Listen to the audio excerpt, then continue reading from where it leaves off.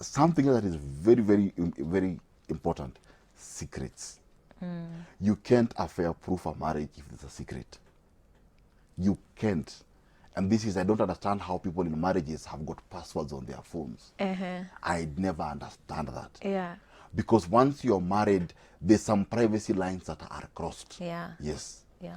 And that's why it's called, I'm trying to use a very good word here. Because I can say that I have a private life, Yeah. And I'm married, yet I'm married to someone who I am with all through, Right. who has been with me in my most private moments. Yeah. It doesn't make sense. Yeah. Secrets are the enemies, or let me say, secrets fuel affairs. Yeah. If a woman sends me a text message today and tells me something that is inappropriate, maybe she says, Victor, I like the way that you look, I don't keep quiet. I screenshot send to my wife instantly. Aya. Tell her, ona huyu mganga. I. Immediately. I don't even wait for tomorrow or next week. Because if you have nothing to hide, you hide nothing. You know, if a guy hits on you, you don't even wait. Your husband knows it. Hot news. It's hot news. Yeah. What? Because what have you done? The devil thrives in darkness. That's right. You can't defeat an enemy to your marriage in darkness. Bring it out. The mistake people make, anatumia message hi, and he doesn't say, ananyamaza. One day you'll have a weak moment. Yeah. You will respond to that text. Where? One day you all have our weak days. There's a day when you feel unloved. There's a day you feel inadequate. You all have those days that come, and you like to lean on that person. Secondly, I always believe that have mutual friends of the opposite sex. I can't have an exclusive friend. Tell my wife at now, no, Joyce is my friend. We grew up together. No, if you can't be my wife's friend, then we stop being We're friends. not friends. Yeah, I can't go and say I'm having lunch with this friend of mine. My wife does not know about this friend. Yeah. We must be mutual friends. Yeah. If you can't be a mutual friend, then we end the friendship. Okay. Yeah. You know, it makes me then think also of something we should absolutely talk about, which is emotional cheating. Because I think a lot of the physical cheating, especially for women, begins that way. Especially when you're saying, you know, there's times where you don't feel as loved, you don't feel as, or you don't feel in love. Yeah. You love the person, but you're not, kuna wakati you don't feel you're in love with the person, or you don't feel appreciated and whatnot. And maybe there's just this person who compliments you, and you're remembering how maybe your husband or your wife hasn't complimented you in, like, you know, a few weeks. Yeah. Emotional cheating. Talk to me about that, because I feel like we almost negate how powerful and destructive emotional cheating is. By the time someone starts confiding in you about their issues, even if you think, but you've not done anything, it could just be on text, maybe you've not even met up. I want us to talk about that. Emotional cheating to me is the highest. To me, it's the highest form of cheating. Wow. Because it means your heart has gone. Hey. Yeah. And from my experience through my practice is that whenever I find a couple that has had an emotional affair, the road back is longer. It's far much longer. It's easier to find, and I'll just maybe break this down a bit better even. If you find a man, and a man 35 onwards, men 35 onwards don't get into affairs for sex. 35 onwards, men get into affairs for emotional connection. Wow. And that's why you find that a guy who is 42, if he's having an affair, and a lady comes from and says, my husband, I ask her, how old is he? And I'm 42, I stop. I tell her, here we have a crisis. Wow. Because it's no longer about sex. It's not physical here. He's in it for the heart. Now that is where the work begins. The same thing as well with women is that the moment your heart is involved, you're automatically giving your heart back to this person is work. You'll not be there. Because when the heart leaves a marriage, there's no marriage. A body can leave a marriage and come back, but a heart can't leave and come back. Hey. Because the heart has almost what we call eternal memory. The heart does not delete easily. Emotional cheating is more damaging than physical cheating. It's more damaging. Because it's easy, and I'll just be practical, it's easy to deal with someone tells you, this was a mistake, we met, I was nilikaliwa chapati, and you know, and it ended. It's easy to say that. But you ask someone, look at how you communicate with them. You don't talk to me this way. Yeah. Yeah. Ooh. You wake up in the morning, you send them a text. Did you sleep well? Me, I wake up next to you, and I'm ebu songa hivyo. So you see, over time, you know, as Oh you're moving dear. on, you'll find, there are things you don't even tell me. Yeah. And now, because I never learned how to tell my wife these things, I've been telling another woman, even when I'm discovered, it's difficult for me to stop telling this one. Yeah. And how do I start telling my wife afresh? And I'm used to telling her, what do you need? Now I'm supposed to tell her, how was your morning? It doesn't even flow from the heart. Yeah. So to me, it's dangerous. It's very dangerous. If you find a man having an affair above 35 onwards, you find it's one woman. Yeah. Not a 6 years. There, my dear, we have work. Wow. That one, you need Jesus himself. Okay. Well, wow. Okay. And I guess maybe that's also why friendships with exes are so dangerous, Yeah.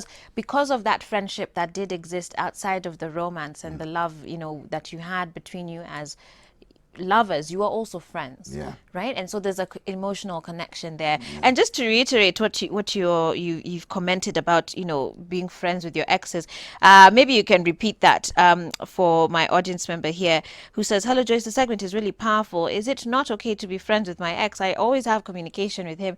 Is it that bad? That's Fanice watching from Kibera. It's absolutely terrible. That is a crime. It is a crime. You should not even think about it. Because why are they an ex? Yeah. It's because it didn't work. Remember that if I have an ex in my marriage now, I have history with this ex. The history I have with this ex is competition to the history that I'm building. Right. Because the relationship is as good as its memory. Yeah. And why my ex is in the picture is because I have a memory with them and I'm still building continuous memory. Yeah. So if I had an ex we dated for 4 years and I'm still that ex now and I'm married for 6 years, it means this ex has been in my life for 10 years, my wife has been there for 6.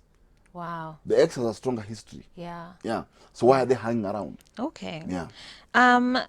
Someone is like, how can you prevent a man from cheating? Really? That's Mary from Nyandarua. And she also says she thinks it takes trust from both partners and commitment for there not to be an extramarital affair. As I said, it takes work. I'll put out the bad manners group because the bad manners people get married knowing that they'll cheat. In Yeah. a bad manners group. Hawa ni wakovu tu. Out of the candle, yes. There are many marriages that end up having affairs. And even talk about emotional affairs. They all sneak up on you. Affairs always sneak up on people. That one I've from experience, I tell you, people always say it snuck up on me. I didn't see it coming. But it just happens. What is it? Is that I ensure that I maintain the cultures in my marriage continuously. How do you stop a man from cheating? It's a very simple thing. Connect. Okay. Always stay connected. Okay. If you eat together, you will know. Yeah. If there are no secrets, you will know someone has crept in. Yeah. Yeah. Yeah. Another message here that I've just seen. Full circle just, hey, I used to tell my husband of guys hitting on me, but he would then tell me that I am the one who entertains them. And all I wanted to show him is that he can trust me. Now I don't bother telling him anything. That is a guy who was doing his own things. You mean like he was probably cheating? Yeah. Victor. I think I've said that on air. Wow. Yeah. Because his tone towards the wife is judgmental. Yeah. And we always look at life the way we look at ourselves. Hey. So his tone is from a point of judgment, meaning that he believes in himself that the wife is the possibility that she's doing that. Yeah. There's a chance he might be doing it or he's thinking about it. Hey. Yeah. Okay, let me try and read some more messages here. Hey Joyce, interesting conversation right there. I'm in a relationship with a lady and we're blessed with a 3-year-old son. I have been a present dad and I'm always trying to make the relationship work, but I feel like I have a lady who's not decided and wonders about how to dispel me off her life. This is a gentleman. You see, he has separate issues now. He's coming with one package. He's coming in as the father of the 3-year-old son, and he's trying to be the husband in one package. You can't be both. There are times in life you have to separate them. The lady is allowing him to be a father, but in her mind, she never saw him as a husband. Wow. So it's good that he becomes clean and tells her, do you see me as a husband or not? Wow. Yes. Nikubali na nijipange. Where? Yeah. Okay. Another person here then says, "Hey Joyce, mine is a question about my husband. We've been married for 3 years, and our marriage has never had bigger issues, but this year I realized that he was taking money without my knowledge, sending it to his mom and I asked and he told me he was not going to explain. So I moved out of my home and for a while, and when I came back it's like we've not moved on. We still find ourselves bringing up the story again. When we argue, I feel I've been betrayed, and I think I've not yet forgiven him. Please advise." She made a tactical mistake. Tactical mistake number one is that choosing to leave. Oh, Yeah, because that's not a thing to make you leave a marriage. okay. So something you sit and fight through it. Okay. You find a way through it. Number two, this is his mom.